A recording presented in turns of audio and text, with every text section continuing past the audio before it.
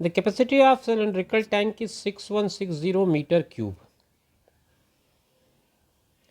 If the diameter of base is 28 meter, then find the depth in meter of the tank. सारे unit metre में ही दिए हुए हैं, आपसे पूछ भी मीटर में रहा है, तो यूनिट के मामले में तो आप निश्चिंत रह सकते हैं. एक बेलनाकार टैंक है जिसकी क्षमता 6160 मीटर क्यूब है.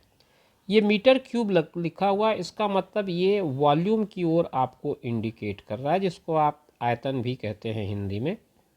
इसमें उसने क्षमता वर्ड का उपयोग किया है. कुल मिलाकर के बात आयतन की हो रही है.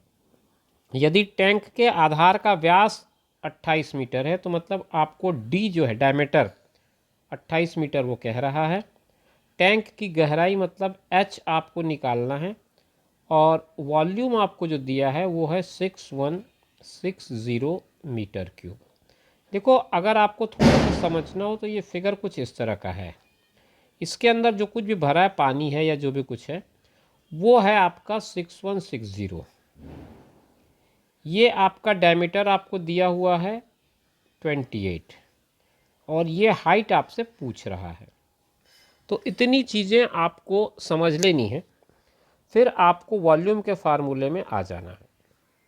वॉल्यूम ऑफ सिलेंडर ये होता है पाई आर स्क्वायर एच. पाई की वैल्यू हमेशा 22/7 लेनी है. आर जो है वो रेडियस होता है.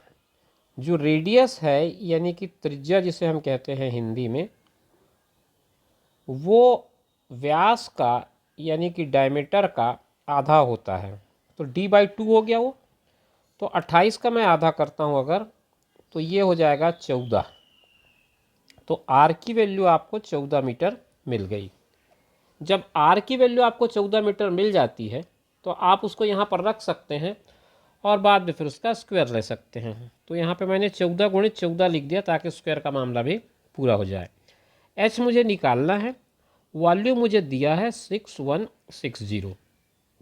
अब आप देखिए, ये h एक ऐसा चीज़ है जो अननोन है जिसको हमको निकालना है.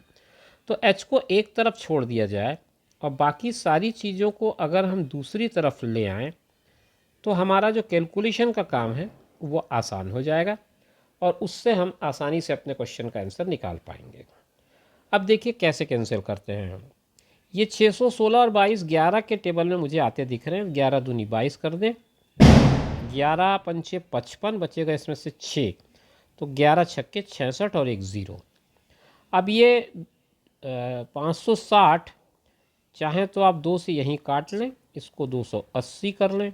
14 से ये कट जाएगा, 14 दूनी 28, ये कट गया. 7 से ये कटेगा 2 बार और 2 से फिर ये कटेगा 10 बार. तो h की जो वैल्यू आ रही है वो आ रही है 10 मीटर. 10 मीटर की वैल्यू है. आपका आंसर बी जो है वो ऑप्शन बी में 10 मीटर दिया हुआ है.